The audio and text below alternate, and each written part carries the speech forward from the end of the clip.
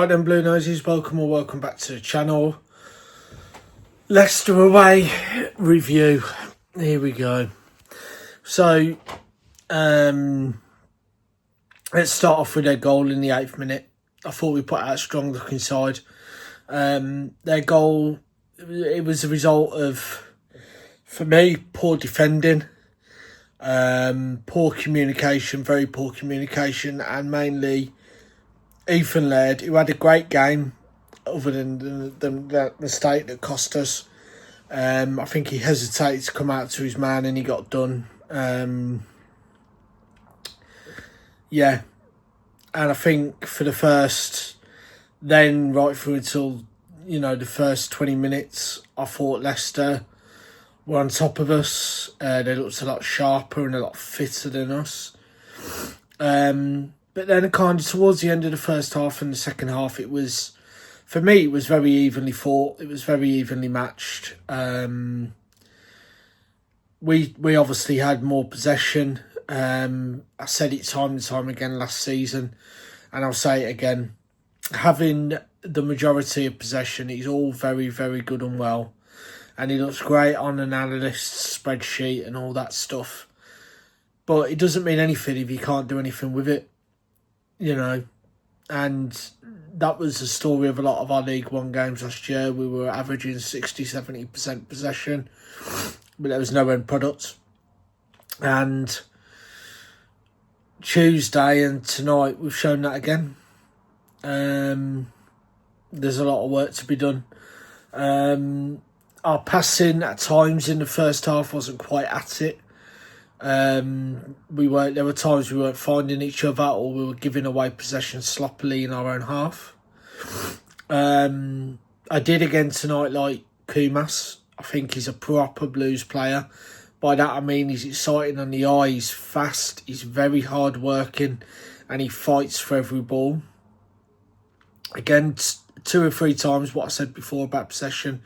There were deadly balls into the box and nobody was on the end of them.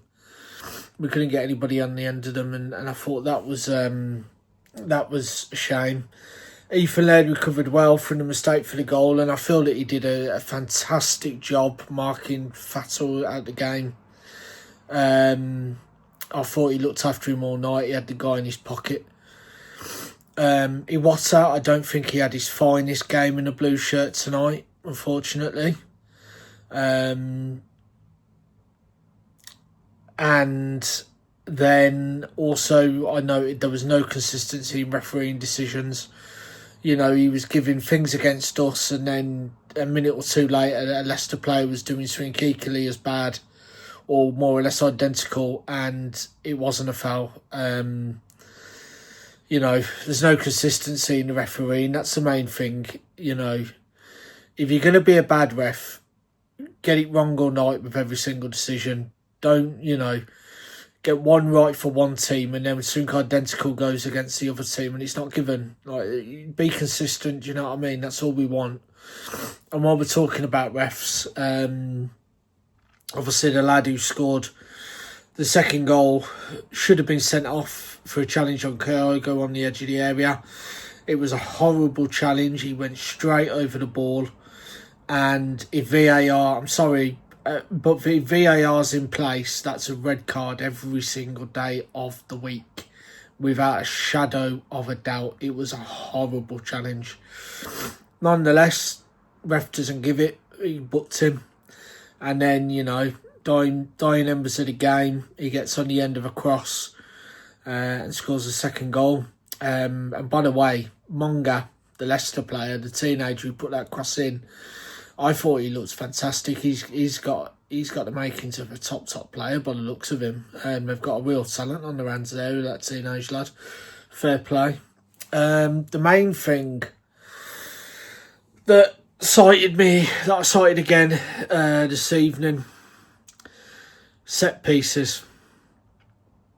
Now, last season, and by the looks of it going into this season, we have been no good at set pieces. Tuesday night and tonight highlighted that.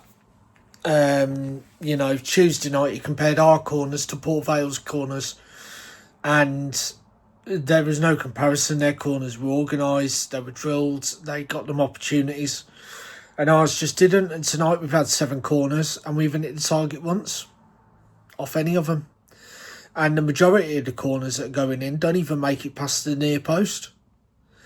It's just, we need to do a lot of work on our set pieces in particular, because when you're in this division, there's very hard away days. And if you can manage to get a corner, you've got to at least get an attempt on goal. It's a golden opportunity to get an attempt at goal. And if you can't even get the ball past the near post, you're wasting an opportunity. And that might be an opportunity to nick a point on the road or nick a win on the road. We've got to be a lot better with our set pieces. We're not utilising them at all. And I've done some research. We don't have a dedicated set piece coach. It's my understanding that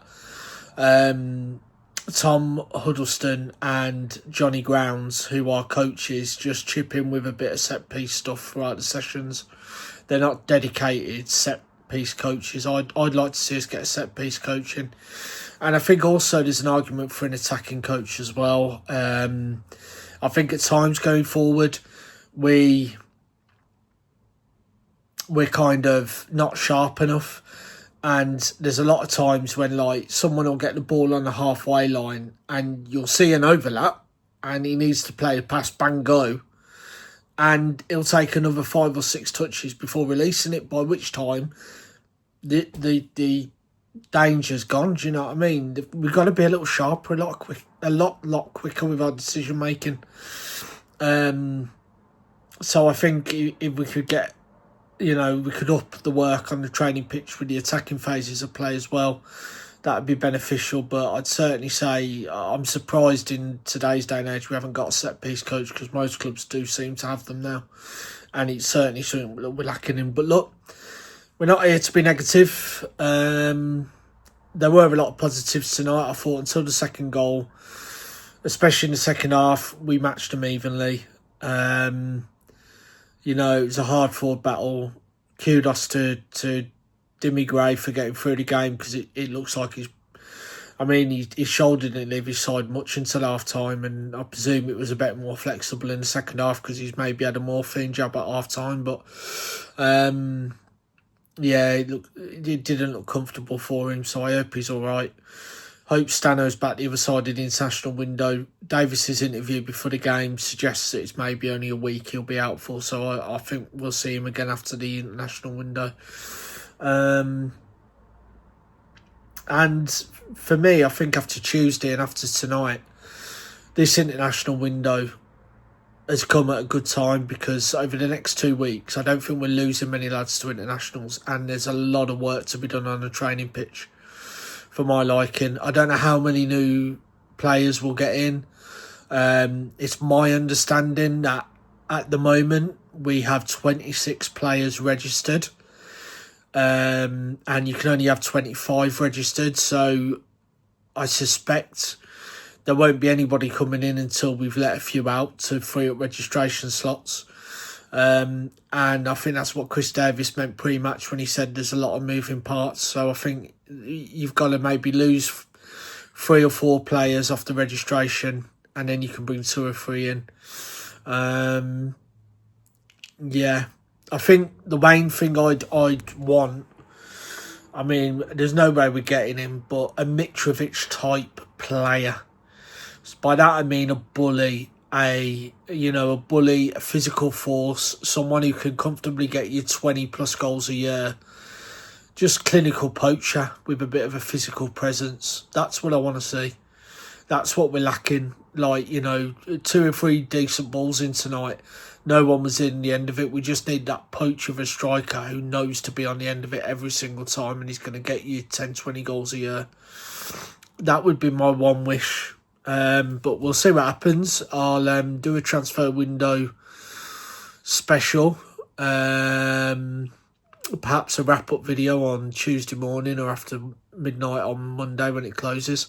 We'll see. But for now, if you're liking the content, please like, subscribe, hit the notification buttons and go tell a friend. Keep right on, Blue Noses. Keep right on.